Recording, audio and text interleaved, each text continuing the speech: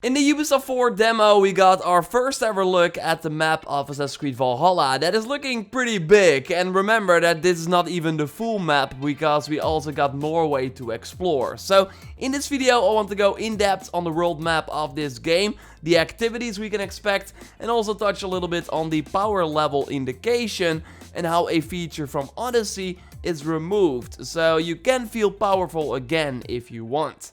A like on the video would be super appreciated, and let's go. A quick reminder for the Ultimate Edition giveaway for Far Cry 6, Watch Dogs Legion or Assassin's Creed Valhalla that is going on right now. A link to participate is in the pinned comment, and you have to be a subscriber of the channel as well if you want to win. Good luck. First of all, this game is huge. We could not even play the full East Anglia region in the Ubisoft 4 demo, and as said in previous videos, after 6 hours of playtime, I did not even complete every single activity, like far from it actually. And then we also have the 3 other kingdoms, Wessex, Mercia and Northumbria, that all include many regions and cities. And again, we know the game starts in the snowy Norway, that we did see a couple of times in the deep dive trailer. I wasn't able to explore this myself and see the map, but it looks quite big and we should be able to revisit this region later on in the game. So for this video, let's go back to England, where we will spend most of our time and also have our settlement. And actually by zooming in on the map during my play session, I already got a taste of what we can expect. We see drawings of small towns and forts, but also bigger ones like Winchester. That seems to be quite large actually. And as shared in my previous Assassin video, in these cities we will be performing things like social stealth and just have more parkour opportunities all around. We also see York, or then called Jorvik, as a big city in Northumbria, but also other interesting landmarks are highlighted with drawings on the map. I don't think Stonehenge is shown on the map, but we do see other similar structures and just overall some other things that will be interesting to explore, I'm sure. Of course, if some things that you see right here look familiar, then totally let me know in the comments down below. In the demo, I could visit Seahenge, and these puzzles are actually kind of interesting. First you have to read a stone that displays a symbol, and then you have to recreate that with the lines that appear when you use Odin's scythe. So it will take some time to figure out. I think it's actually smart to stand quite far from the stones, but the game will luckily tell you when you're getting closer by zooming in and also changing the pose of your character.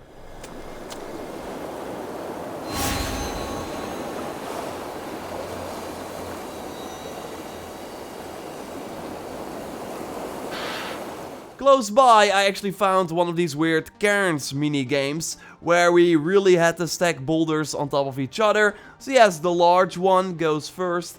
Okay, this wasn't that exciting maybe, but trust me, come November we will all be doing this for those sweet skill points that you get once you completed the puzzle. More interesting is that I heard a woman talk to Eivor called Rosta, seemingly their mother, and we hear Eivor as a child briefly too. Eivor, come. Stand here and look out over the fjords. Hold my hand. There you go. I've never been so high. But don't worry, there are also more combat focused encounters. I already briefly showed you a boss fight in a previous video, and I will go more in depth on them in future content. We had the Animus Anomaly modern day platform puzzle that I can't show you in action, although the environment already looks very interesting. There were 2 raid locations in the demo, one you had to do for the main story and the other one was just optional. The flighting minigame I already showed you, and actually there's also a legit board game that wasn't available in the demo, but that did look quite interesting. Like really, the amount of variety was surprising. And then I should mention the world events of course as well. These smaller side stories where, for example, one had me run after a cat for a kid, or in another one a kid stole my money, so I had to get it back and discovered their little hideout. More exciting were the unique boss fights that you could simply stumble upon and other encounters. You can easily track everything in the region thanks to the 3 different categories, with wealth being the many chests that you can find in the world. You can really compare them to the legendary chest in Odyssey that included specific legendary items. Let's hope though that in Valhalla there won't be a way to spend Helix credits to have them all appear in the map, like that would ruin the whole exploration. These chests in Valhalla can contain special resources that you can use for your settlement, special gear, but also abilities that you can only get in that specific location. In the deep dive video we saw a brief overview of the map when you would pick your next main story mission, but you really want to be exploring the world as well, and this is also where our bird Sunin comes in. And I saw many questions about our Raven and how it works, and while the controls are similar compared to the previous games, she cannot attack enemies this time. So you have to get close and use Odin's sight to get an understanding of the enemies in the fort, and I really like this change. So instead, Sunin is used to search for things that are highlighted in the world. So if you see this yellow glow while scouting with your Raven, then you know that you can go there for a special item. In East Anglia there were many farms, for example, where the key to the house was hidden close by, so I had to look for it. Odin's sight helps with that too. Break the wood and I could fall down to get the key and then open the door to get the chest. And by opening the map you can immediately see that, for example, in this instance there are 15 of these wealth options in East Anglia. 17 mysteries, so these shorter stories, and the one with the seer I showed you in my hands-on impressions is also included in those mysteries.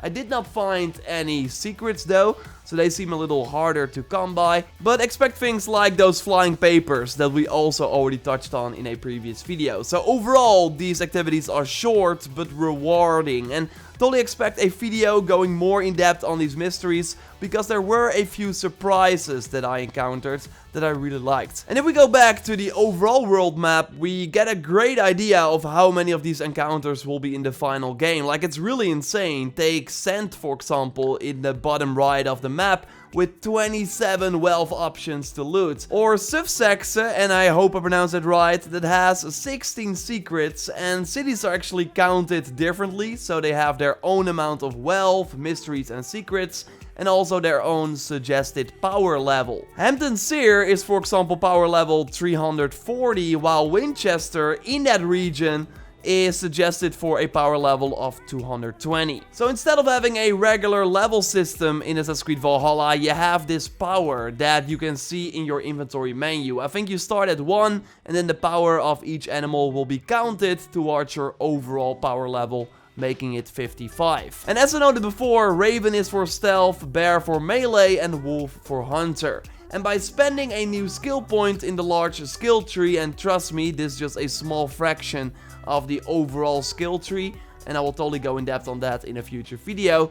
No, but the amount of points that you've spent, for example, here I spent 19 in Wolf, so then the number in my inventory is 19, meaning that every skill point you unlock increases your power level by 1. So at the start of the demo, we had the right power level for East Anglia, so that meant that we did not have any trouble with regular encounters in this region, and that was the case. Like, most enemies died with one hit of the hidden blade or just a few strikes. And overall, the power level is roughly a combination of the damage you can inflict and your resistance to damage. So on paper, we should be able to explore the whole map, but the power level is just an indication of how difficult the enemies will be. So if you're just power level 100 and then go to this 340 power level region, then you will likely die insanely fast.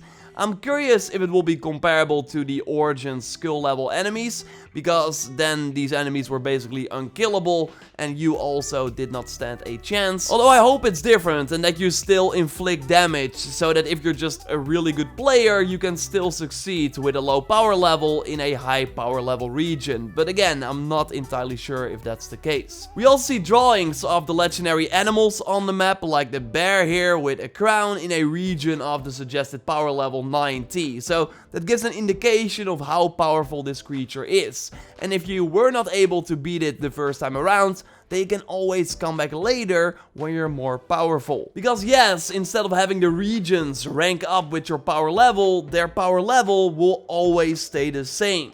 meaning that at the end of the game you can just go back to a low power level region and feel like a god because you can likely one-hit everyone. This was of course not possible in Odyssey because everything would always rank up with your current level. And I will totally go way more in depth on this whole power level system and include more info from my developer interviews, because it's a very interesting take on ranking up your character. It might not seem that different, but I totally still think it is, also because of how the skill points work and how this is linked to the side activities. So yes, I will totally delve way deeper into that in a future video, and of course talk about way more systems of the game while showing you new gameplay. So totally subscribe for everything on Assassin's Creed Valhalla if you haven't already. Like the video to support the channel, and totally check out my recent video on the fact that one-hit assassinations are back, and way more. For now though, I will speak to you next time, and goodbye.